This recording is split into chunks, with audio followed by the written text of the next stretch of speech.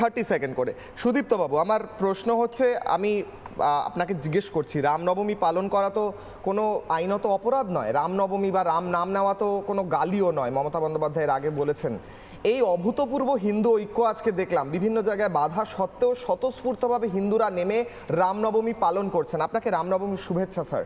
আমার প্রশ্ন হচ্ছে, রাজনৈতিকভাবে মমতা বন্দ্যোপাধ্যায় কি ব্যাকফুটে যাচ্ছেন হিন্দু ঐক্যের কারণে? 30 সেকেন্ড ওপেনিং রিমার্ক। দেখুন, প্রথমেই একটা কথা আগেও বলেছি, এখনও বলছি, আর্টিকেল 25 থেকে 28 right two freedom of religion, এটা সকল ভারতবাসীকে ফান্ডামেন্টাল রাইটের মধ্যে দিয়েছে, part 3 of the constitution of India.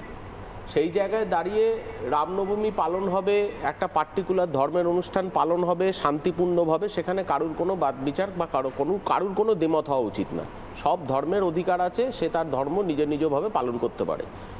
এবং আমার কথা হচ্ছে, সেই জায়গায় দাঁড়িয়ে যেটা এখানে রাজনীতিকরণ হচ্ছে যে মুখ্যমন্ত্রী যেটা বলতে চাইছে যে যেই রামকে বিজেপি তৈরি করেছে নিজের রাজনৈতিক ব্যবহারের জন্য, সেইটাকে উনি প্রত্যাখ্যান করছে, যেটা আমি ওনার বক্তব্য শুনলাম।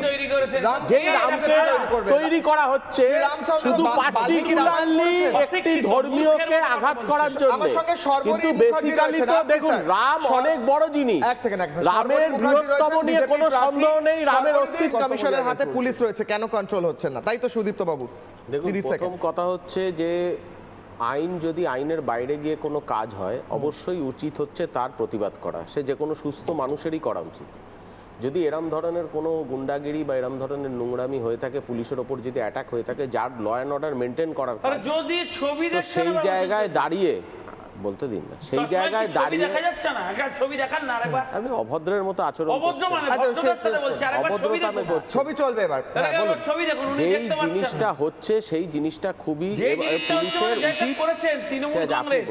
ছবি দেখুন, আপনি কি ছবি করছেন স্যার? এই ছবি দেখুন, এই দেখুন আপনারা লোকেরা মারছে, বলছেন যে জিনিসটা হচ্ছে যদি হয়ে থাকে আপনারাই করছেন, গুন্ডামি করছেন, মারধর করছেন।